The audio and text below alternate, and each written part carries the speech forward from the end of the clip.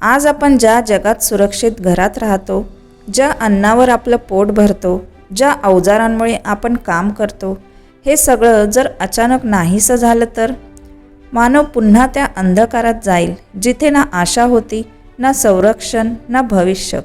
त्या अंधारातून मानवाला प्रकाशाकडे नेणारा एकच देव आहे, तो म्हणजे सृष्टीचा पहिला शिल्पकार, देवांचा वास्तुविशारद बाबा विश्वकर्मा. ही कथा फक्त पूजा व्रताची नाही, ही कथा आहे मानव सभ्यतेच्या जन्माची.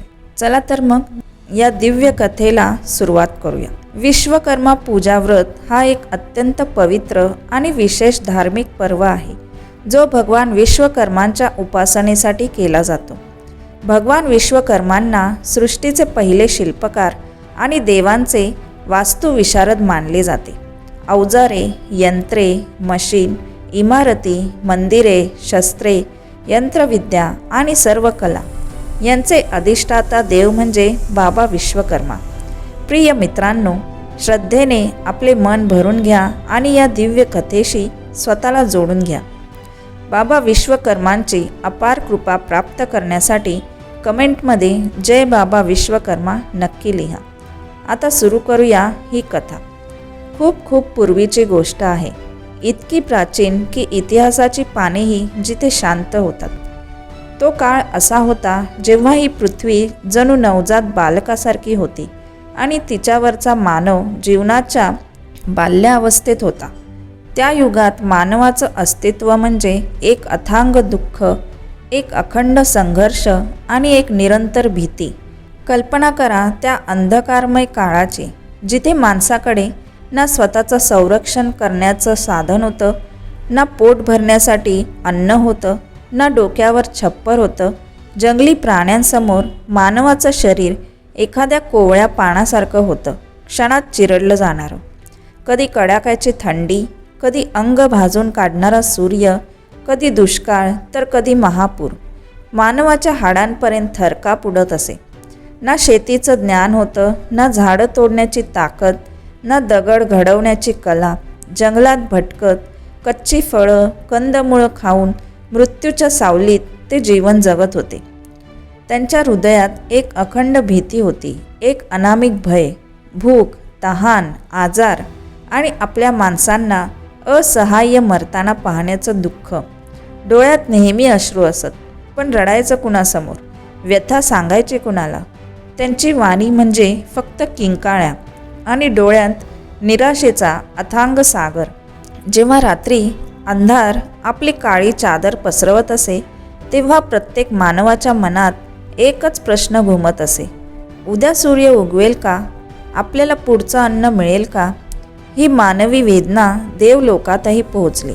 सृष्टीकर्ता ब्रह्मा, पालनकर्ता विष्णू आणि संहारकर्ता महेश, तिन्ही देव व्याकुळ झाले. त्यांच्यातील एक तेजस्वी देव, देवशिल्पी भगवान विश्वकर्मा, ज्यांनी स्वर्गात महाले बनवली, देवांची आयुधे बनवली आणि सृष्टीच्या अद्भुत रचना करणारा हा देव. मानवाचं हे दुःख पाहून त्यांचं हृदय अक्षरशः तुटून पडलं. जसं एखादा पिता आपल्या लेकरांचं दुःख स्वतःच्या देहात अनुभवतो, तसं विश्वकर्मांनी अनुभवलं. त्यांच्या डोळ्यांसमोर भुकेली मुलं, हतबल असलेल्या माता आणि भयग्रस्त पिता चित्रासारखे तरळू लागले. ही सहानुभूती नव्हती, ही त्यांच्या स्वतःच्या सृष्टीचा आक्रोश होता. हे माझ्या संतांनो, माझ्याच निर्मित प्राण्यांनो, तुम्ही असा नरक कसा भोगत आहात? मानवाच्या दुःखावर उपाय शोधण्यासाठी विश्वकर्मांनी कठोर तपस्येचा संकल्प केला. हिमालयाच्या एका उंच निर्जन शिखरावर ते ध्यानस्थ झाले.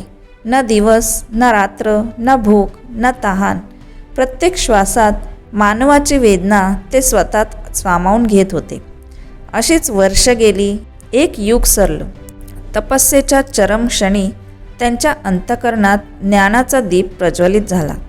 त्यांनी पाहिलं, मानव अन्न पिकवतोय, घर बांधतोय, स्वतःचं रक्षण करतोय.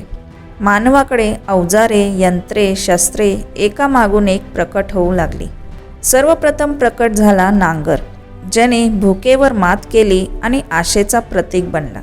मग आली कुऱ्हाड, जी आश्रय आणि धैर्याची निशाणी होती. त्यानंतर धनुष्यबाण, ज्याच्यामुळे स्वसंरक्षणाचा आत्मविश्वास वाढू लागला. मग आले चाक, ज्याच्यामुळे प्रगतीचा मार्ग खुला झाला. हातोडा, छिन्नी, सुई, कुदळ असे अनेक प्रकारची साधने मानवाच्या आयुष्यात प्रकाश आणणारी ठरली.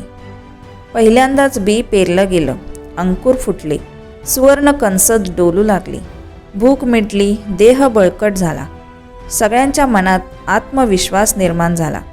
पण विश्वकर्मांनी मानवाला सावध केलं. ही अवजारे निर्जीव आहेत, यात माझी तपस्या आणि प्रेम आहे.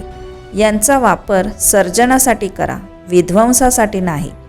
भगवान विश्वकर्मांनी फक्त अवजारेच दिली नाहीत, तर मानवाला सर्जनशीलता, शिस्त आणि जबाबदारी दिली. मित्रांनो, ही होती विश्वकर्मा पूजा व्रताची पावन कथा. विश्वकर्मांची कृपा आपल्या सर्वांवर सदैव राहो. कथा आवडली असेल तर लाईक करा आणि मित्रांसोबत शेअर करा. अशाच पौराणिक आणि नवनवीन कथा ऐकण्यासाठी चॅनेलला सबस्क्राईब करा.